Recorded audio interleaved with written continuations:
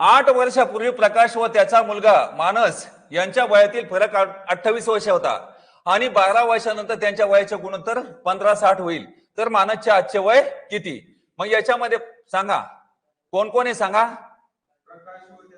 प्रकाश म्हणजे वडील आणि त्याचा मुलगा मानस. तर म्हणजे समजून तुम्हाला नाही तर तुम्ही नाही का प्रकाशला नाही का मुलगा बनवसान आणि मानसला बाप बनवसान. त्याच्यासाठी वडील आणि मुलगा असं लिहू आपण. चालेल ना? तर मग आता सांगा 8 वर्षापूर्वी त्यांच्या वयाचा फरक किती होता? 28. तर आता 12 वर्षानंतर त्यांच्या वयाचे गुणोत्तर किती आहे लिहायचं. 12 वर्षानंतर किती? 15-8. वडिलांचे 15x आणि मुलाचं 8x. तर मग आता इथं सांगा त्यांच्या वयाचा फरक किती आहे? 28. म्हणजे पूर्वी 28 होता, आज 28 आहे आणि नंतर 28 असेल. एवढं तुम्हाला समजलं का?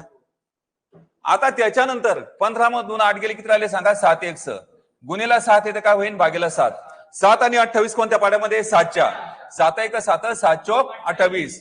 तर म्हणून इथे x नाव 4 आणि 4चं नाव काय? x. 1 वाटा 4 आला. तर मग आता इथं कोणाचं वय काढायचं? मानसचं काढायचं म्हणजे मुलाचं. 8 गुणिला किती? 4. 8 चौक 32. एवढं समजलं तुम्हाला? तर मग आता इथं 32 आलंय. ते केव्हाच आहे सांगा? 12 वर्षानंतर. तर आजचं वय काढायचं म्हणजे वजा किती करावं लागेल? 12 वजा करावं लागेल. 32 म्हणून 12 गेले किती राहिले? 20.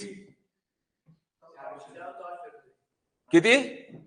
इथं 20 मांडून घ्या.